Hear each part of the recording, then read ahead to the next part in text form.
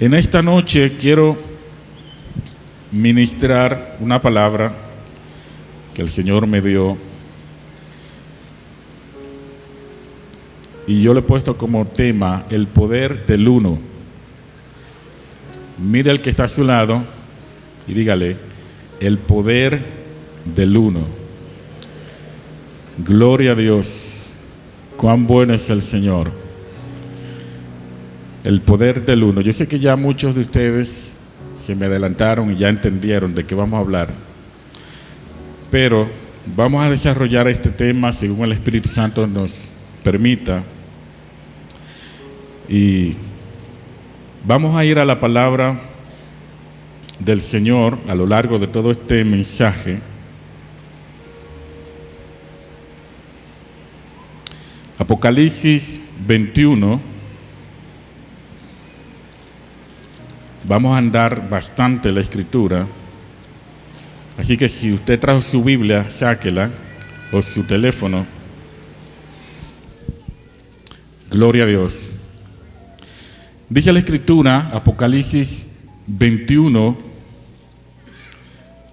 versículo 12. 21, versículo 12. Amén. ¿Lo tienen? Tenía un muro grande y alto con 12 puertas, y en las puertas 12 ángeles y nombres inscritos, que son los de las 12 tribus de los hijos de Israel. Al oriente 3 puertas, al norte 3 puertas, al sur 3 puertas, al occidente 3 puertas, y el muro de la ciudad tenía 12 cimientos, y sobre ello los 12 nombres de los 12 apóstoles del Cordero. Amén. Antes de hablar en detalle del poder del uno, me gustaría tocar un poquito acerca del número 12. El poder que encierra el número 12. Muchos de nosotros conocemos el número 12 como un número de gobierno. Amén. Número de autoridad, número de orden. Y si nosotros vemos en la escritura, vamos a ver muchos ejemplos que podemos tomar de la escritura, como son: Cristo escogió 12 apóstoles, dirigentes y gobernantes de la iglesia primitiva, y le prometió que se sentarían sobre 12 tronos y juzgarían a las 12 tribus de Israel. Jesús dice a sus discípulos: cuando el Hijo del Hombre se siente en el trono de su gloria, vosotros que me habéis seguido, también os sentaréis sobre 12 tronos para juzgar a las 12 tribus de Israel. Eso está en Mateo 19, 28. Lo pueden anotar. Número 12, dígale a su hermano: número 12, número de gobierno, de autoridad, de gobernar. En la Nueva Jerusalén existen 12 puertas, como acabamos de leer, las cuales llevan los nombres de las 12 tribus de Israel. Y los 12 cimientos de esta ciudad son los 12 nombres de los apóstoles. ¿Me siguen? Ahora bien, si nosotros vemos los nombres de los hijos de Israel, vamos a ver que todos ellos tenían imperfecciones y tenían situaciones que probablemente nosotros hubiéramos tomado para descalificarlos en nuestra humanidad. Amén. Por ejemplo, Rubén. ¿Cuántos conocen el error que cometió Rubén? Se acostó con una de las concubinas de su padre Israel y por eso fue destituido de la primogenitura, por cuanto pecó contra su padre Israel. Simeón y Leví cometieron homicidio al vengar la muerte de su hermana Dina,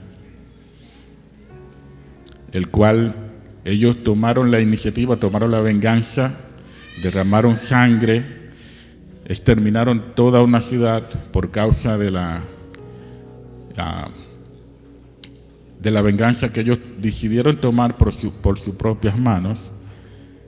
Y aún así Dios escoge a Leví para que fuera su heredad, y escoge a Aarón y a Moisés, que descienden de Leví, para que fueran su profeta y su sacerdote. Judá también se va de su tierra, de su parentela, toma mujer de las cananeas, tiene a Er y a Onán, a los cuales Dios mata por causa del pecado que cometieron, y Dios decide levantar una nueva generación. Y podríamos mencionar muchísimos detalles de esto. Y así todas las tribus de Israel que cometieron errores, pecados, imperfecciones, y aún así, en el libro de Apocalipsis, la palabra nos registra que esta ciudad, la Nueva Jerusalén, la ciudad que va a descender del cielo, una vez este cielo y esta tierra pasen, esta ciudad, las 12 puertas estarán representadas por los 12 nombres de los hijos de Israel que van a estar inscritos en estas puertas. Amén.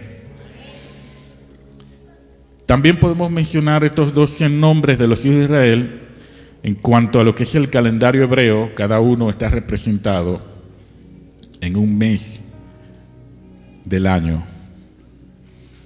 Hoy estamos ya para terminar este año 2022. Estamos en el mes 12, estamos concluyendo.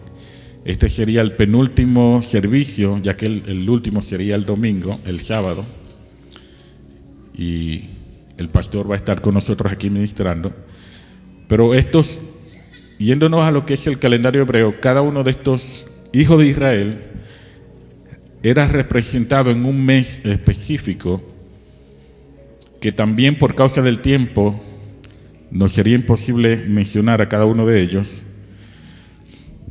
Pero el punto es que quiero llevarlos a ustedes para que nosotros podamos vernos en el espejo de esta palabra y podamos entender que aunque cada uno de nosotros ciertamente ha cometido errores, situaciones de las cuales nos arrepentimos y no nos sentimos orgullosos, aún así Dios no ha cambiado su plan y lo que ya estaba escrito desde la eternidad. Gloria a Dios. Si se lo va a dar, dáselo más fuerte. Aleluya. Qué bueno es Dios.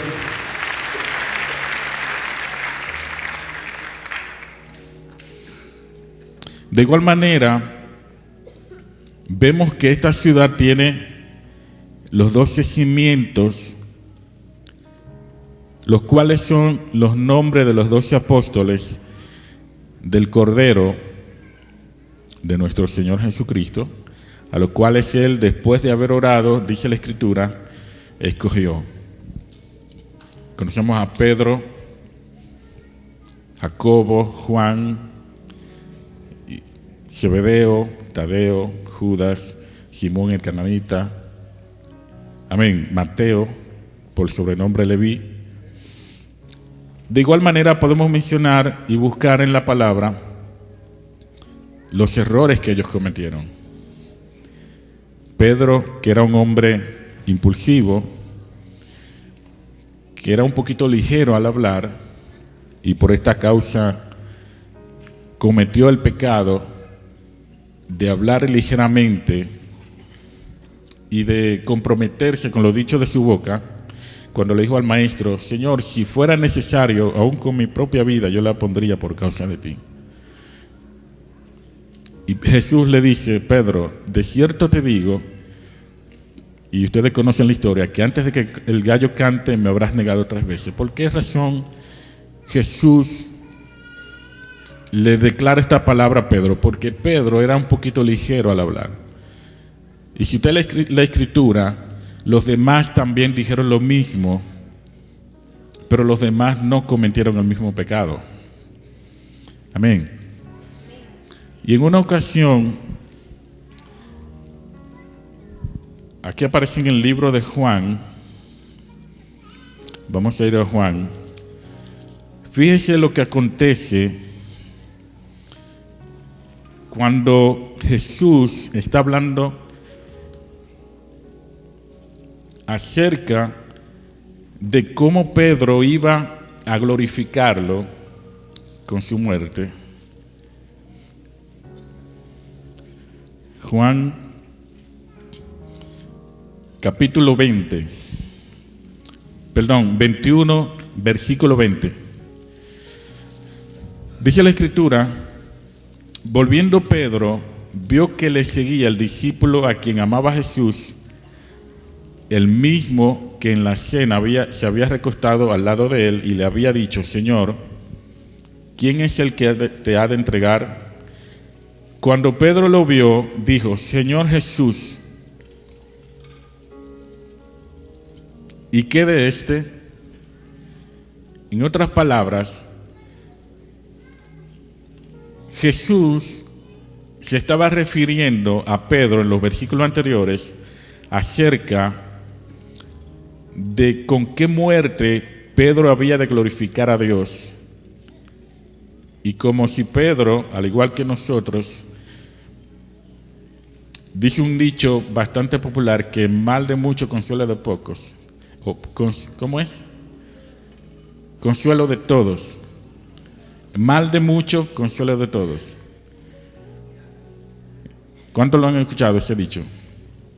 O sea, yo puedo estar, por ejemplo, en alguna situación, pero si yo veo que 2 o 3 más están igual que yo, pues yo me consuelo. ¿Me sigue? Entonces, esto es parte de nuestra humanidad. Si algo me pasa mal a mí y yo soy el único, yo comienzo a quejarme con Dios: Señor, ¿por qué a mí? ¿Por qué el único? Yo soy el único que le pasa esto. Y ahí comienzo a quejarme. Pero si yo veo que a varias personas más le pasa lo mismo, ya yo no me quejo, sino que me consuelo. Amén. Qué naturaleza la de nosotros, pero gloria a Dios. Entonces Pedro, al escuchar estas palabras del maestro que le está diciendo con qué muerte habría de glorificar a Dios, si usted lo lee con más tiempo en su casa, se va a dar cuenta. Pedro reacciona de la misma manera y le dice: Señor, ¿y qué de este? O sea, de Juan, como dando a entender: ¿y Juan de qué manera te va a glorificar? Si a mí me van a crucificar con las manos extendidas, a Juan, ¿qué le van a hacer? ¿Lo van a hervir en una olla? ¿O lo van a tirar de una azotea? ¿O qué le van a hacer? Entonces Jesús le dice: si quiero que él quede hasta que yo venga, ¿qué a ti? En otras palabras, eso fue una bofetada que Jesús le dio a Pedro por andar de... ¿Cómo dices? De insensato. Aquí dice la traducción: ¿qué a ti? Y en un buen dominicano, ¿a ti qué te importa? Amén. Entonces, esta frase se hizo popular y por esta razón se tenía la creencia de que Juan no vería la muerte hasta que Cristo viniera, pero Jesús no quiso decir eso, sino: si quiero que él quede hasta que yo venga, ¿qué a ti? ¿Me siguen? Y de esta manera podríamos mencionar muchos otros ejemplos que los discípulos cometieron. Por ejemplo, en una ocasión Jacobo y Juan le preguntan al maestro o le hacen un acercamiento y le dicen que cuando Él venga en su gloria, que lo siente a uno a la derecha y otro a la izquierda. Y Jesús lo llama. Bueno, otra vez Pedro, el protagonista de la historia, arma un complot con todos los otros y comienzan a discutir. ¿Y esto qué se creen? Que estos son los más grandes, los más preferidos. Juan, ¿qué se cree? Que porque él se acuesta en el pecho de Jesús, ya él tiene todo el derecho. Y comenzaron a discutir entre ellos quién sería el mayor. Hasta que Jesús tiene que intervenir y decirle: miren, siéntense aquí. En el reino de los cielos no será así, sino que cada uno de ustedes que quiera ser el mayor será vuestro servidor. Amén. Y estos 12 que tenían promesas, fíjese bien, promesas o llamado de ser apóstoles y de que todos se sentarían en 12 tronos y que juzgarían a las 12 tribus de Israel, Dios tuvo que lidiar con ellos y reunirlos y enseñarles. La iglesia de hoy no podrá ejercer autoridad, ni gobierno, ni tener influencia en el mundo espiritual, ni mucho menos en el mundo físico, hasta que no sea enseñado, formado y trabajado en la mano del Maestro. Amén.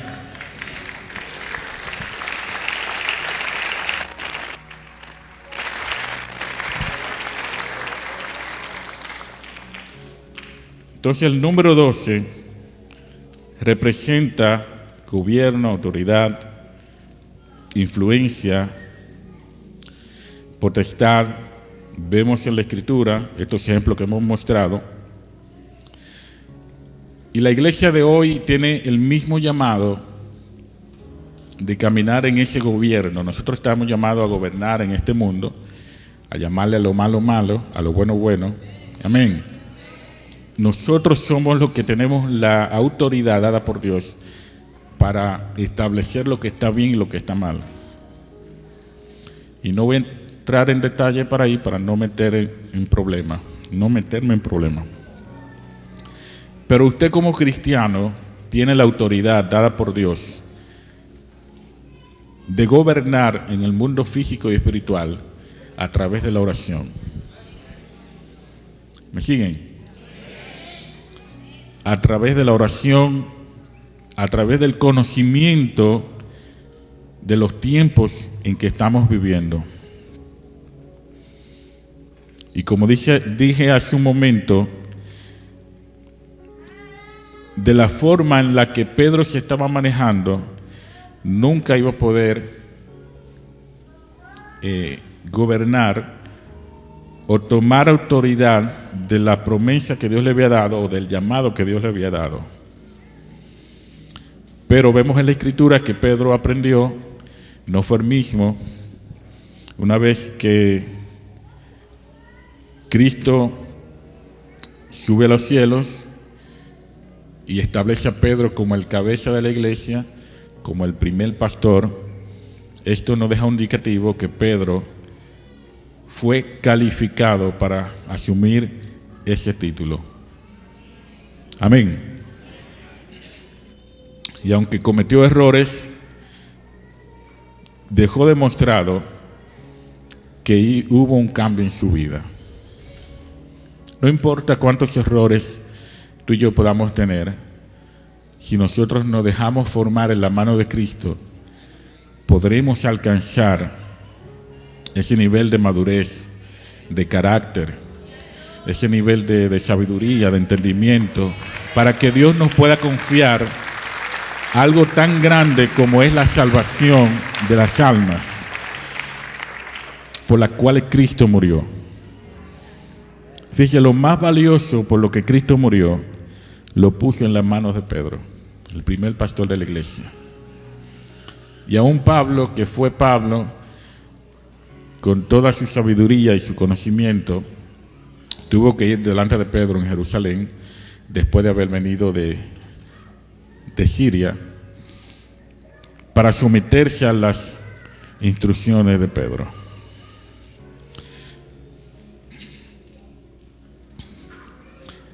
Ahora bien, en la Nueva Jerusalén, como veníamos hablando, existen 12 puertas, que son los hijos de Israel, 12 cimientos, que son los apóstoles, 12 piedras preciosas y 12 perlas. El muro de la ciudad tiene 144 codos, que es 12 multiplicado por 12.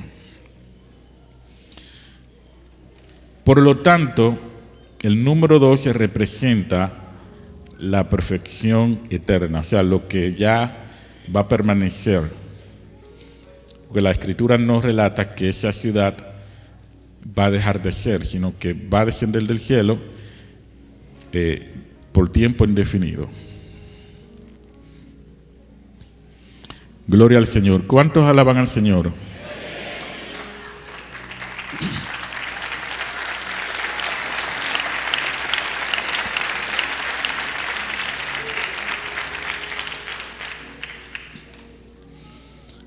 Otro número que quiero señalar antes de entrar en el poder del uno es el poder del número 5. Diga conmigo 5.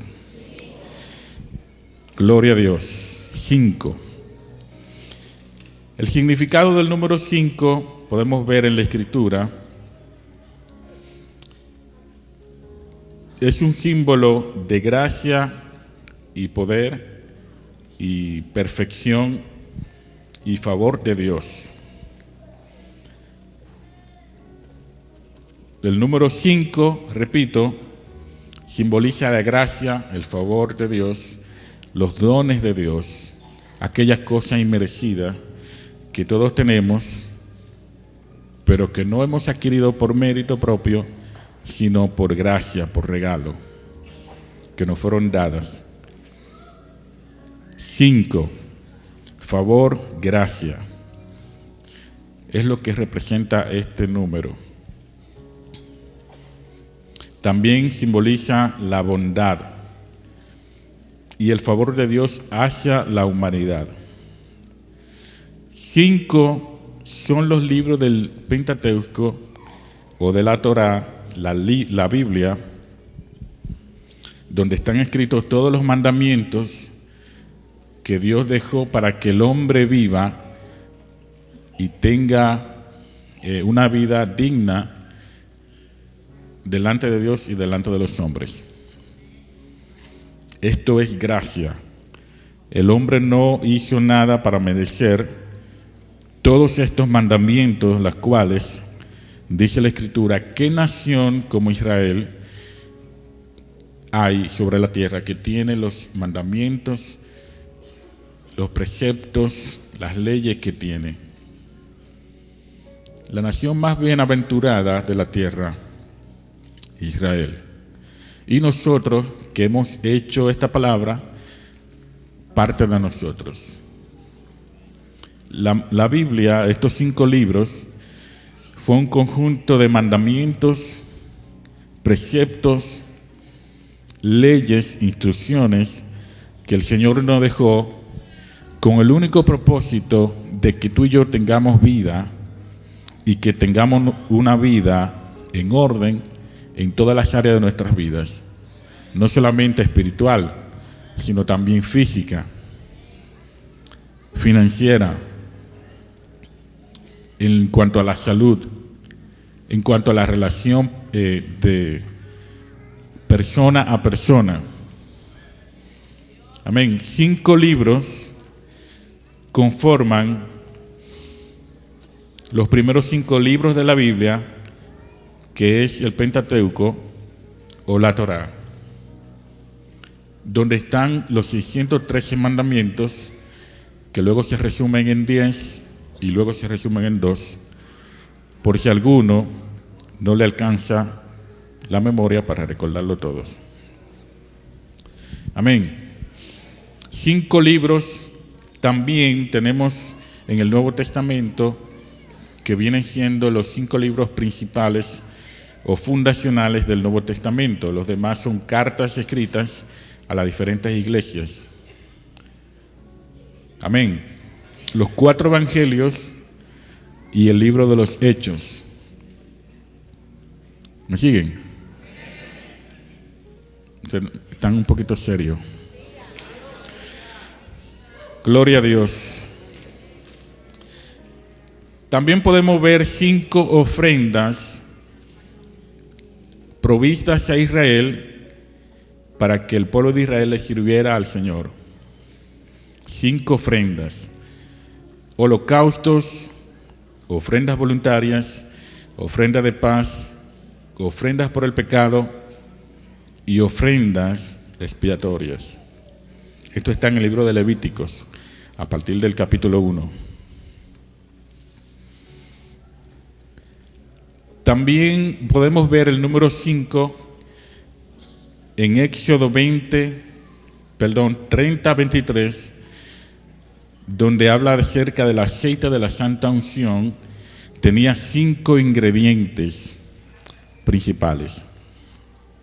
El aceite de la santa unción que Dios le dio a Moisés, el diseño, los ingredientes, para ungir todos los mobiliarios del templo y para ungir al sacerdote y a las personas que iban a ejercer el ministerio. En otra palabra, representaba el Espíritu Santo, que era con que se ungía a esos sacerdotes, y más adelante también a los reyes que iban a gobernar. 5 ingredientes principales que se usaban para el aceite de la santa unción. Y todo esto que le estoy mencionando representa el favor, la bondad de Dios, la misericordia, la gracia, porque nada de esto fue obtenido por mérito propio, sino por su gracia. Amén. Dios le dijo a Moisés: harás el aceite de la santa unción. Aquí podemos verlo en Éxodo 30:23, si lo puede poner rapidito. Gloria al Señor. Tomarás especias finas de mirra excelente, 500 ciclos, canela, la mitad, esto es 250 ciclos, cálamo aromático 250, casi 500 según el ciclo del santuario, y aceite de oliva unín. 5 ingredientes principales, los cuales eran usados para ungir a todos los que iban a tomar un ministerio en el templo y todos los instrumentos que iban a ser usados en ese templo. También podemos ver el 5 muy ligado a lo que fue la construcción del tabernáculo. Éxodo 26:3. Las instrucciones dadas por Dios para construir el tabernáculo en el desierto se centraron en el número 5. Todo estaba hecho de 5 componentes, como 5 cortinas, 5 pilares, 5 barras, etc. Ahí usted puede ver los detalles. En otras palabras, el número 5, todo lo que está relacionado al 5, tiene que ver con gracia, favor, misericordia.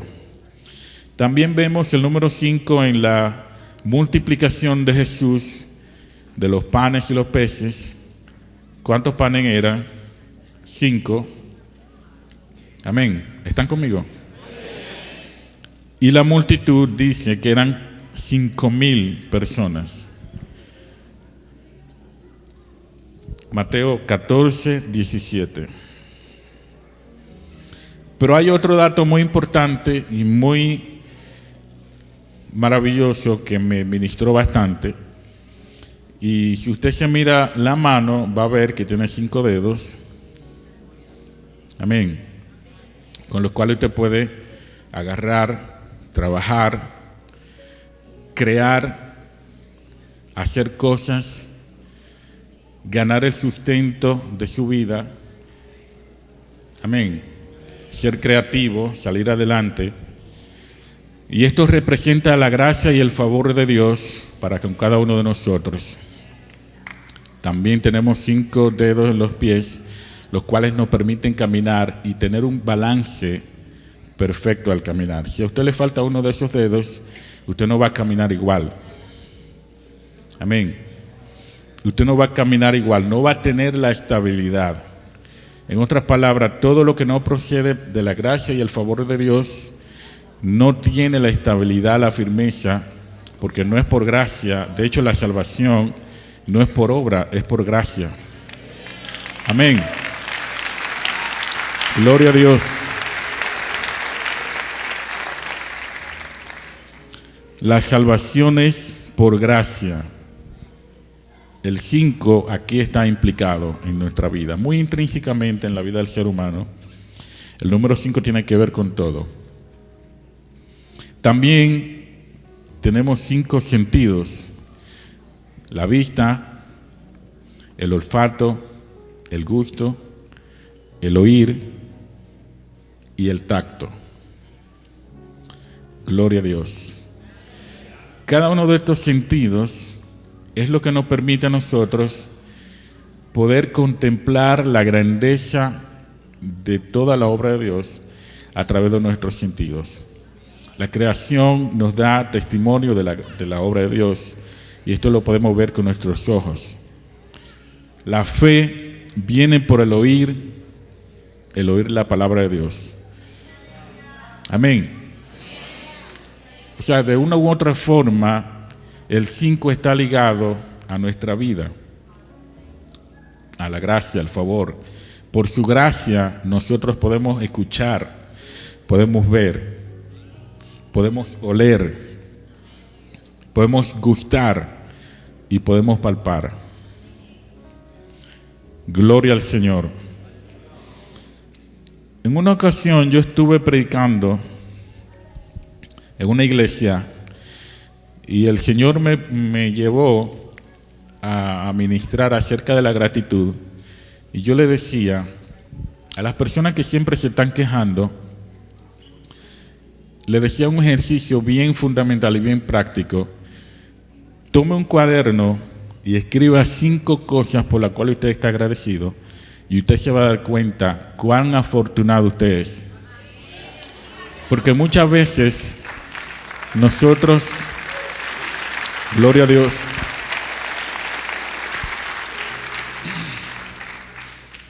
muchas veces nosotros nos quejamos por lo que no tenemos, pero las cosas que tenemos para muchos es solo un sueño. Las cosas que tú tienes para muchos es solo un sueño inalcanzable. Por ejemplo, nosotros estamos aquí en este país, tenemos carro, casa, calefacción, trabajo, comida, pero en otros países esa gente carece de todo esto. Y nosotros nos quejamos por tantas cosas banales y tantas cosas transitorias que realmente no consiste en lo que tiene que ver nuestra felicidad, nuestra plenitud con Dios. Y nos quejamos, y lo que hacemos es ahuyentar la presencia de Dios, porque si hay una cosa que a Dios le desagrada, es la ingratitud. Y esto lo vemos claramente marcado en el libro, los primeros libros de la Biblia, cuando el pueblo de Israel, en todas las ocasiones, no importa lo que Dios hiciera, el pueblo se quejaba. Dios abría el mar, lo libró de los egipcios, y a los pocos días se estaban quejando. Y así podemos mencionar tantas cosas por las cuales Israel se quejaba, pero Israel no podía ver aquellas cosas que Dios estaba haciendo a favor de él, y que no había nación sobre la tierra como ellos, cuyo Dios peleara a favor de ellos como Israel. Un imperio tan poderoso como Egipto, el cual no pudo hacerle frente a Israel, Israel debiera estar caminando con su frente en alto y agradecido con Dios. Amén. Número 5, número de gracia y favor. ¿Cuántos pueden dar un aplauso al Señor?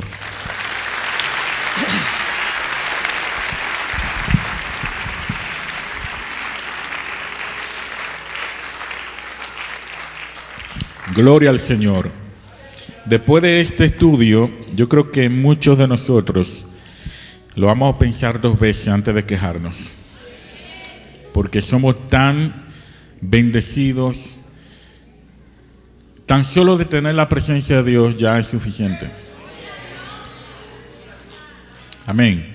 Ahora imagínense todo lo que Dios nos da cada día, lo que Dios nos añade y lo que Dios hace con nosotros.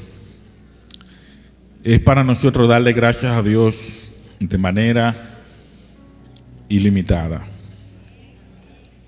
Otro número que quiero mencionar es el número 4. Y el número 4 representa transición. Diga conmigo transición. Transición, número 4. El número 4 lo podemos ver en lo que es la creación.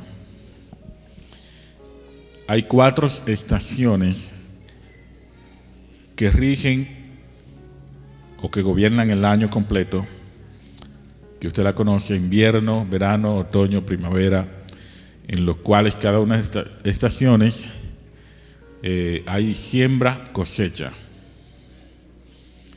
Y el Señor me ministraba acerca del número 4 hace ya muchísimos años. La pastora dice sí, porque ella estuvo ahí cuando yo ministré acerca de esto. Y ella no se le olvida ninguno de los mensajes. Gloria a Dios. Y el número 4 representa transición. Si nosotros vemos la creación, la tierra tiene lo que es el movimiento de rotación y traslación. El movimiento de rotación define lo que es las 24 horas del día. Un ciclo, una vuelta completa es un día. Pero el movimiento de traslación es cuando la Tierra se va moviendo alrededor del Sol. ¿Me siguen? La Tierra gira y es un día, cada vuelta es un día. Amén. Pero a la misma vez que va girando, se va trasladando. Y en una estación está en un punto, en otro está en otro punto, y así sucesivamente. Y por eso nosotros podemos ver verano, invierno, otoño y primavera. Y cada estación, la Tierra nunca ha dejado de cumplir sus ciclos y su transición. ¿Me siguen? La iglesia de Jesucristo debe caminar de la misma manera. En el desierto, Dios estableció que su presencia, al movimiento de su presencia, de su nube, el pueblo se moviera. Amén. Y cuando la nube se detuviera, el pueblo se detuviera.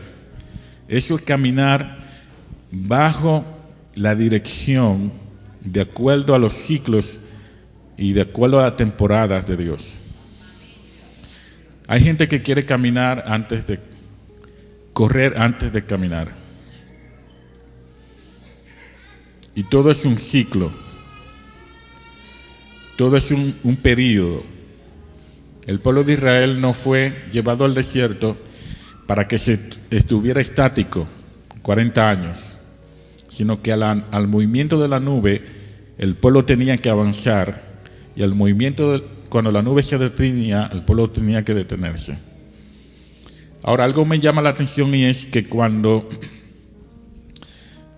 Aarón y María pecan contra Moisés, y María es expulsada, la nube no se movió hasta que María fue restaurada.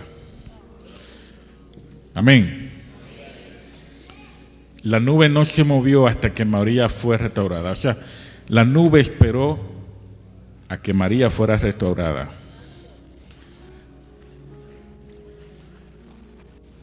Pero hay otro punto que yo puedo ver en la Escritura y es, una cosa es que la nube te espere porque tú tengas una condición y otra cosa es que tú te quedes fuera de la nube simplemente porque no quisiste moverte. ¿Están aquí?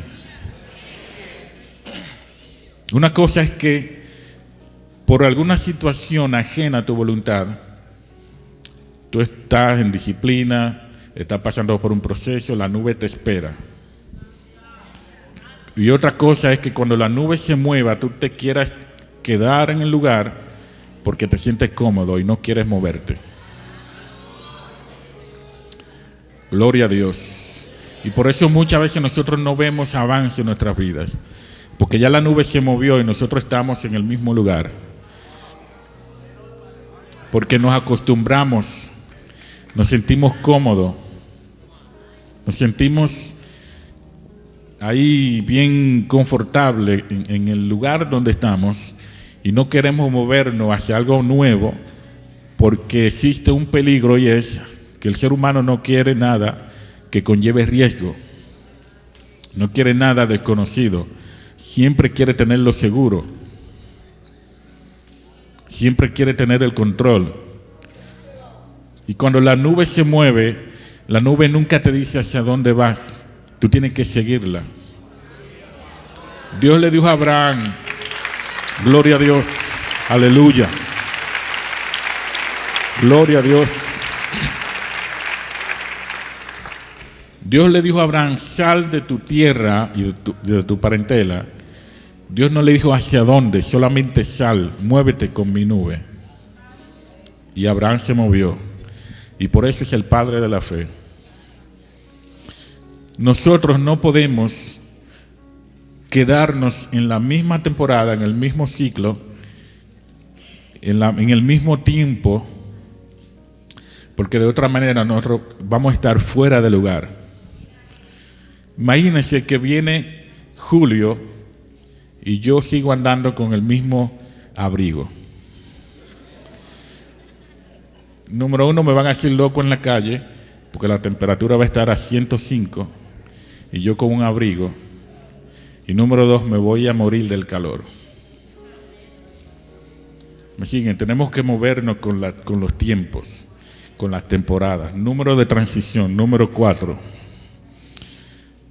Y esto es algo que la iglesia batalla, que todos batallamos, porque no me voy a excluir.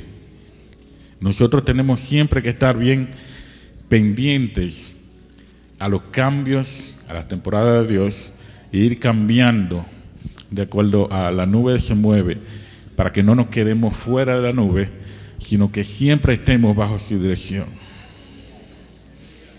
Gloria a Dios. Aleluya. Amén. El poder del número 2.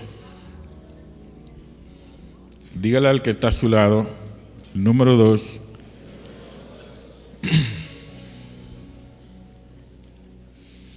El número 2 tiene dos connotaciones diferentes y ya casi estamos terminando. El número 2 tiene dos connotaciones diferentes. Y la primera es, el número 2 tiene que ver con testimonio, afirmación o confirmación. Esta es la parte positiva. Y la parte negativa es la división y el enfrentamiento. El número 2 es el primer número capaz de dividir a todos los demás. Esta es la parte negativa del número 2, de lo que representa el número 2. La parte positiva es confirmación, testimonio o afirmación. En la antigüedad, Dios escribió a través de la palabra que no se podía tomar una sentencia sobre una persona si no era por el testimonio de dos o más. Amén. Confirmación. Siempre cuando usted pide confirmación, es una segunda opinión. Esta es la parte positiva. Ahora bien, la parte negativa tiene que ver con división y enfrentamiento. El número 2 es el único número que puede dividir a cualquier otro, o sea, el primer número. El primero en el que se puede dividir. Por ejemplo, 5 entre 1, ¿cuánto es? 5 no se divide. Esos 5 le corresponde al 1. Pero 5 entre 2, 2,5 o 2,50. ¿Me siguen? Y a partir de ahí, todos los demás números se pueden dividir. El número 2 trae división. Siempre que hay dos, si no están en un mismo sentir, va a haber división. Si no están en un mismo sentir, en el poder del uno, va a haber división. Siempre que hay dos, va a haber división de pensamiento, división de punto de vista. Tú ves la cosa de un punto de vista, yo la veo de otro. Y ahí entra la confrontación. Los dos queremos tener la razón. Y los dos quieren tener, o quieren ganar, eso que están discutiendo. Entonces, para tener un confrontamiento, se necesitan dos. A menos que usted sea como alguien, como un amigo de un amigo, que pelea solo. Cuando las cosas no le salen bien. Pero el número 2 significa división, contradicción. Por eso es que Dios, el 2, siempre Dios trata de llevarlo a la parte positiva. Cuando Dios creó al hombre y a la mujer, en primer lugar, Dios creó a la mujer del uno. El hombre y la mujer no son dos en realidad, porque Dios tomó al hombre, lo durmió, le sacó la costilla, la creó y luego se la presentó. Por eso Adán le dijo: carne de mi carne, hueso de mis huesos. Y lo que Dios juntó no lo separa el hombre. O sea que esos dos pueden ser dos, pero en unidad. De otra manera, cuando hay dos que no están en unidad, en un acuerdo, siempre habrá división.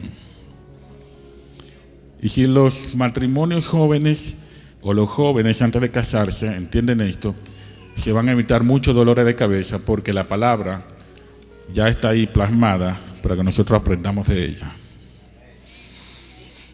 Amén.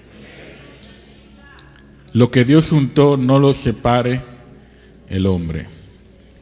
Por tanto, los dos serán una sola carne, dejarán al padre y a la madre y serán una sola carne. Siempre habla de unidad.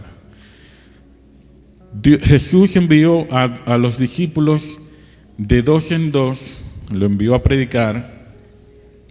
Y fíjense, ellos predicaron, hicieron todas las señales que Jesús le dijo y volvieron contentos porque andaban ¿en qué?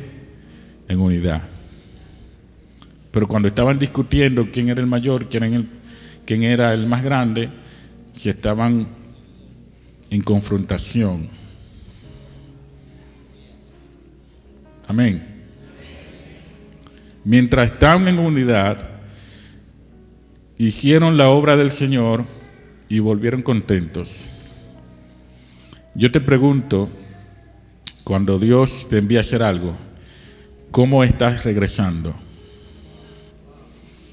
¿Cómo estás regresando? ¿Contento o estás regresando en división? La iglesia de Dios está llamada a caminar en el poder de la unidad. Y quiero terminar ya, porque el tiempo se ha ido. Pero fíjense lo que es caminar en unidad. Que aunque podamos tener opiniones diferentes, cuando somos guiados y dirigidos por el Espíritu Santo, siempre vamos a terminar en un solo puerto, en una sola decisión. Amén.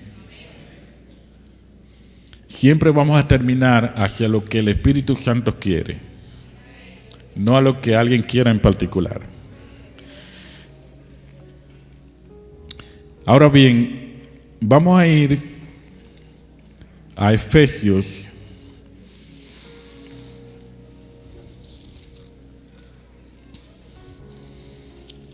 Efesios 4.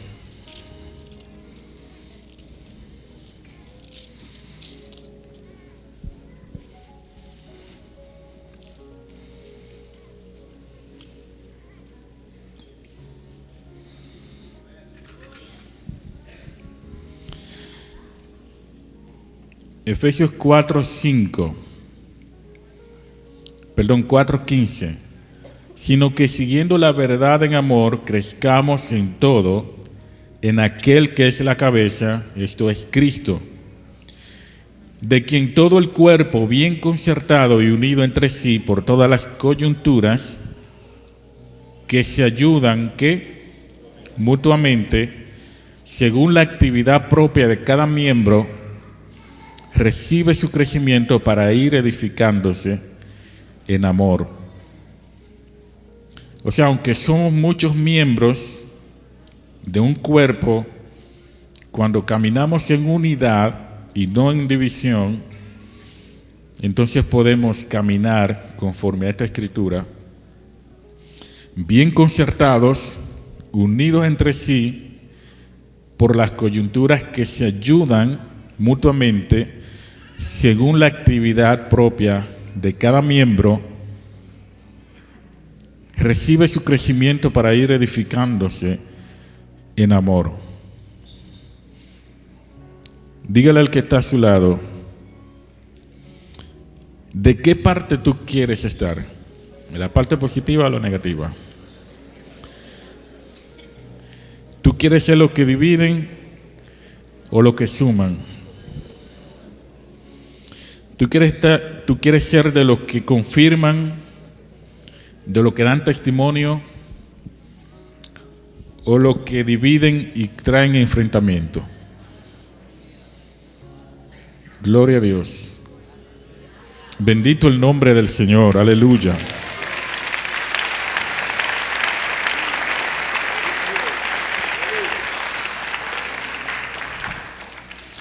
Bueno, estamos ya para finalizar el año, y esta palabra que el Señor me ministraba me tocó bastante, porque ciertamente la iglesia debe aprender a caminar en la unidad en la cual Dios lo está llamando. De otra manera no vamos a poder ser efectivos, no vamos a poder, de hecho no vamos a poder ir, si nosotros no podemos ser unidos aquí, ¿cómo vamos a estar unidos allá? Porque allá no vamos a entrar si andamos en división desde aquí. Ahora, el poder del uno, que es el título del mensaje, el poder del uno, el número uno, representa el poder único y universal de Dios. Deuteronomio 6:4.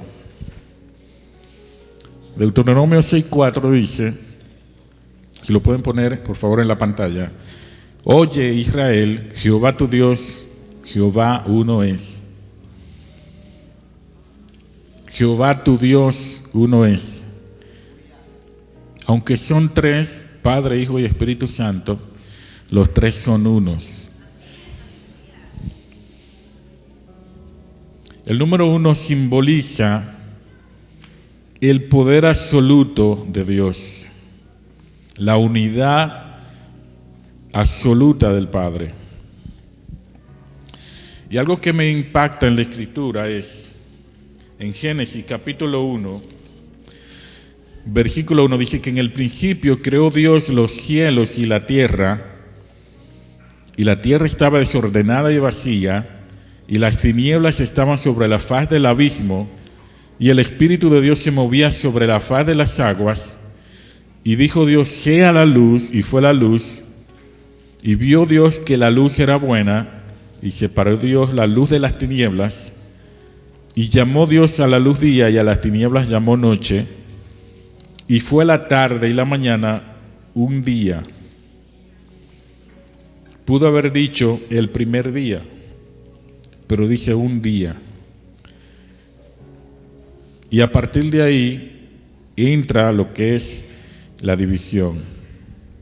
Cuando Dios comienza a separar el día segundo, la expansión,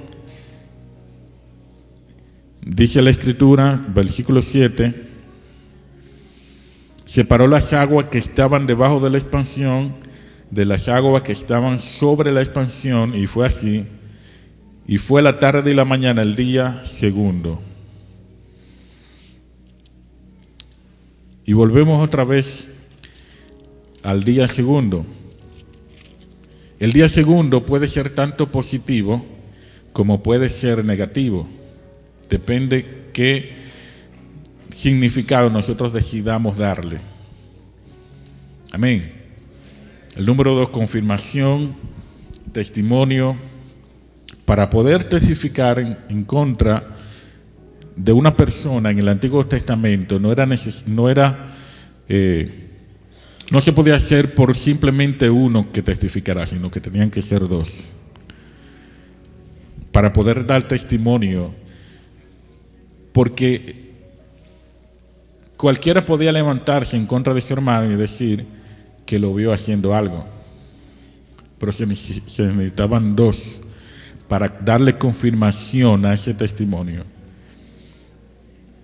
y para guardarse de que el pueblo no estuviera cometiendo el levantar falsos testimonios contra su hermano.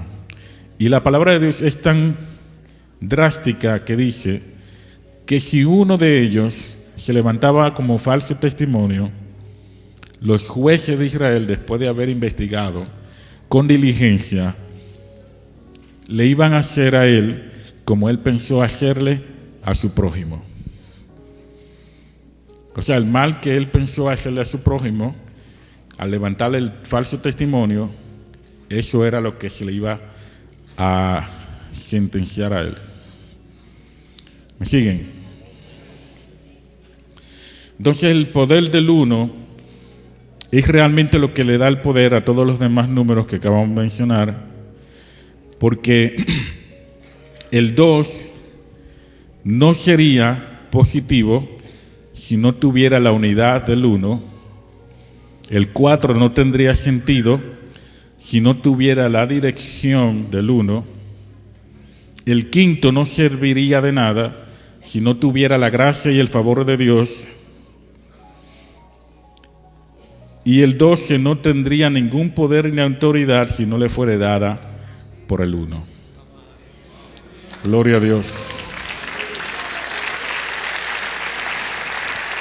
Aleluya.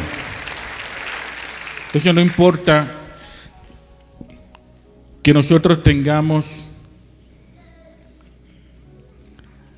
los 5 ministerios que representan la gracia, el favor, los dones del Espíritu Santo que fueron dados para la edificación de la iglesia.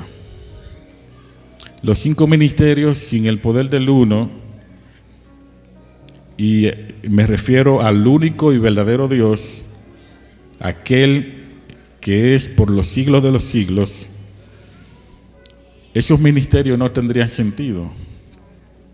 Los 12 no tendrían poder ni autoridad.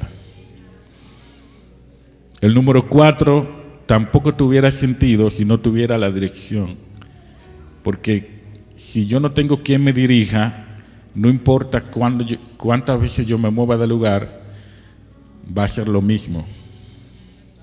Simplemente voy a estar dando vuelta en el mismo lugar. Entonces todos estos números toman sentido en el poder del 1. 1 es el camino que lleva a la vida eterna. 1 es el que está sentado en el trono, el que le da sentido a todas las cosas. Y porque su voluntad es la que hace que todas las cosas existan y permanezcan y le dé existencia a todo lo creado. Y ese 1 es que realmente le dé existencia al 2, al 3, al 4, al 5 y a todos los números que podemos mencionar. Porque sin el poder del 1, ninguno de los otros números tendría sentido. Amén. Oye, oh Jehová, oye, oh Israel, Jehová tu Dios, Jehová uno es. Jehová tu Dios uno es. Dios era tan específico con esto, con estos mandamientos, que lo escribió una y otra vez. Jehová tu Dios uno es. No pondrás delante de ti imágenes, ídolos, ni doblarás tus rodillas delante de otros dioses, porque entonces te harás semejante a ellos, semejantes a un ídolo de madera, de piedra, de yeso, que teniendo oídos no ven, teniendo boca no hablan, teniendo ojos no ven, teniendo oídos no oyen. O sea, no tienen gracia ni favor ni misericordia. Los ídolos no tienen nada de esto. Y todo lo que tú y yo podemos tener es porque primeramente nos fue dado del cielo. Amén.